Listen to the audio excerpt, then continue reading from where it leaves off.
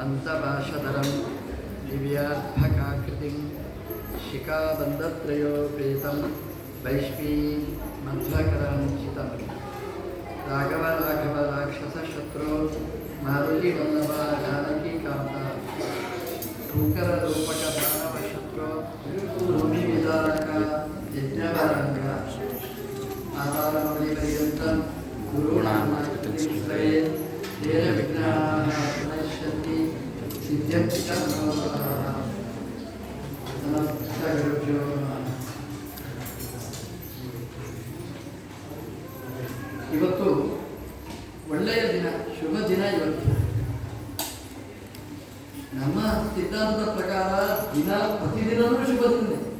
ಇಂದಿನ ವಾರ ಶುಭವಾರ, ಇಂದಿನ ಯೋಗ ಶುಭ ಯೋಗ, ಇಂದಿನ ಕರಣ ಶುಭ ಕರಣ, ಎಲ್ಲವೂ ಯಾವತ್ತು ದೇವರನ್ನು ಸ್ಮರಣೆ ಮಾಡ್ತೇವೆ ಅದೇ ವಿಷ್ಣೀಪತೆ ತೇ ಅಂಗ್ರೀಗಂ ಸ್ಮರಾಮಿ ತದೇವ ಲಗ್ನ.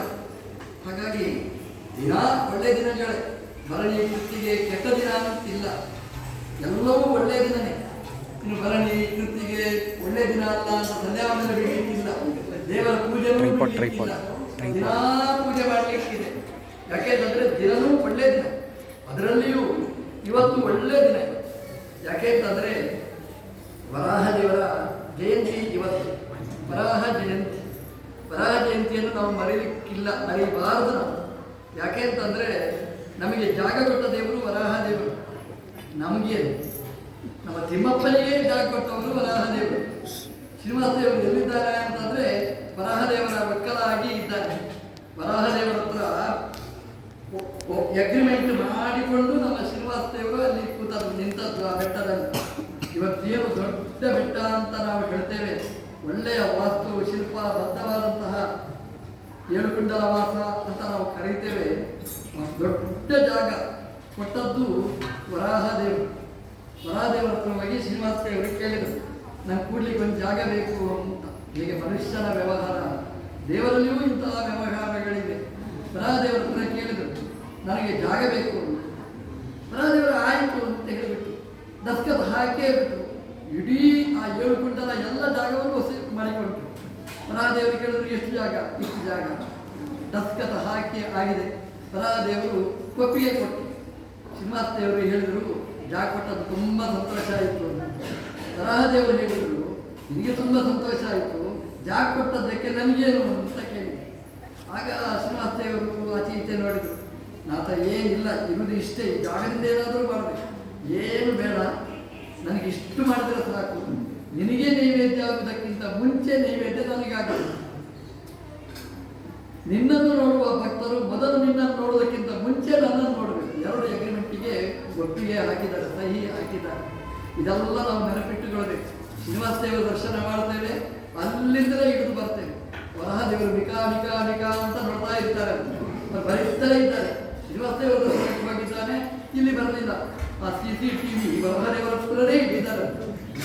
ಯಾರು ಆ ಶ್ರೀನಿವಾಸನ ಹತ್ರ ಬರ್ತಾರೆ ಅವರನ್ನೆಲ್ಲ ವರಾಹದೇವರು ನೋಡ್ತಾ ಇರ್ತಾರೆ. ನಾವು ವರ್ಷಕ್ಕೊಂದು ಬಾರಿ ಹೋಗಿ ದೇವರ ದರ್ಶನ ಮಾಡ್ತೇವೆ. ವರಾಹದೇವರು ಹೇಳಿದರು, ಇವತ್ತು ಬರಲಿಲ್ಲ. ನಮ್ಮದು ಮನೆ ಅಕ್ಕಪಕ್ಕದ ಜಾಗ ಉಂಟಲ್ಲ, ಸಮಸ್ಯೆ ಬಂತು. ಈ ರೆವಿನ್ಯೂ ಸಮಸ್ಯೆ ಬಂದಾಗ ಏನು ಮಾಡೋದು? ದೇವರು ಹೇಳಿದ, ವರಾಹದೇವರು, ಶ್ರೀನಿವಾಸ ದೇವರನ್ನು ನೋಡಲಿಕ್ಕೆ ಬಂದಿದ್ದೀರಿ, ನನ್ನನ್ನು ನೋಡಲಿಕ್ಕೆ ಬರಲಿಲ್ಲಲ್ಲ, ಅದಕ್ಕೆ ನಿಮಗೆ ಈ ಪ್ರಾಬ್ಲಮ್ ಬಂದಿದೆ. ಹಾಗಾಗಿ ನಮ್ಮ ಮನೆಯ ಸಮಸ್ಯೆ, ಜಾಗದ ಸಮಸ್ಯೆ, ಏನಾದರೂ ಒಂದು ಕಿರಿಕಿರಿ ಇದೆ ಅಂತಂದರೆ, ಅಕ್ಕಪಕ್ಕದವರ ಕೀಟ ಇದೆ ಅಂತಂದರೆ ಒಂದೇ ಒಂದು ಅದಕ್ಕೆ ಪರಿಹಾರ. ಶ್ರೀನಿವಾಸ ದರ್ಶನಕ್ಕೆ ಬಂದು ಹೋಗಿಯೇ ಹೋಗ್ತೀರಿ. ಅದಕ್ಕಿಂತ ಮುಂಚೆ ಆ ವರಾಹದೇವರಿಗೆ ಪ್ರದಕ್ಷಿಣೆ ಬಂದು ನಮಸ್ಕಾರ ಮಾಡಿ ಬಂದರೆ ನಿಮ್ಮ ರೆವಿನ್ಯೂ ಪ್ರಾಬ್ಲಮ್ ಎಲ್ಲವೂ ಕೂಡ ಸಾಲ್ವ್ ಆಗ್ತದೆ. ಯಾಕೆ ಅಂತಂದರೆ ಎಲ್ಲ ಭೂಮಿಯನ್ನು ಎತ್ತಿದವರು ಅವರು.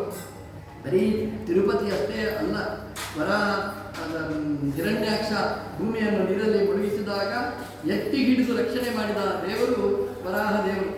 ಯಾರಾದರೂ ನಿಮ್ಮ ಹತ್ರ ಅಡ್ರೆಸ್ ಕೇಳ್ತಾರೆ, ಏನು ಅಡ್ರೆಸ್ ಹೇಳ್ತೀರಿ? ಹೈದರಾಬಾದ್ನಲ್ಲಿ ಕೊಂಡಾಪುರ, ಲೆಫ್ಟ್ ರೈಟ್ ಎಲ್ಲ ಹೇಳ್ತೀರಿ, 2ನೇ ಕ್ರಾಸ್ ರೋಡ್ ಅಂತ ಎಲ್ಲ ಹೇಳ್ತೀರಿ. ಆದರೆ ಒಂದು ಮರಿಬೇಡಿ, ಎಲ್ಲ ಅಡ್ರೆಸ್ ಹೇಳುವಾಗ ಒಂದು ಅಡ್ರೆಸ್ ಹೇಳಬೇಕು. ಯಾವುದು ಅಂತಂದರೆ, ನಾವು ಎಲ್ಲಿದ್ದೇವೆ ಅಂತಂದರೆ ವರಾಹ ದೇವರ ದಂತದ ಮೇಲೆ ನಮ್ಮ ಭೂಮಿ ನಿಂತಿದೆ. ಆ ಭೂಮಿಯಲ್ಲಿ ನಮ್ಮ ಭಾರತ ಇದೆ. ಆ ಭಾರತದಲ್ಲಿ ನಮ್ಮ ತೆಲಂಗಾಣ ಇದೆ.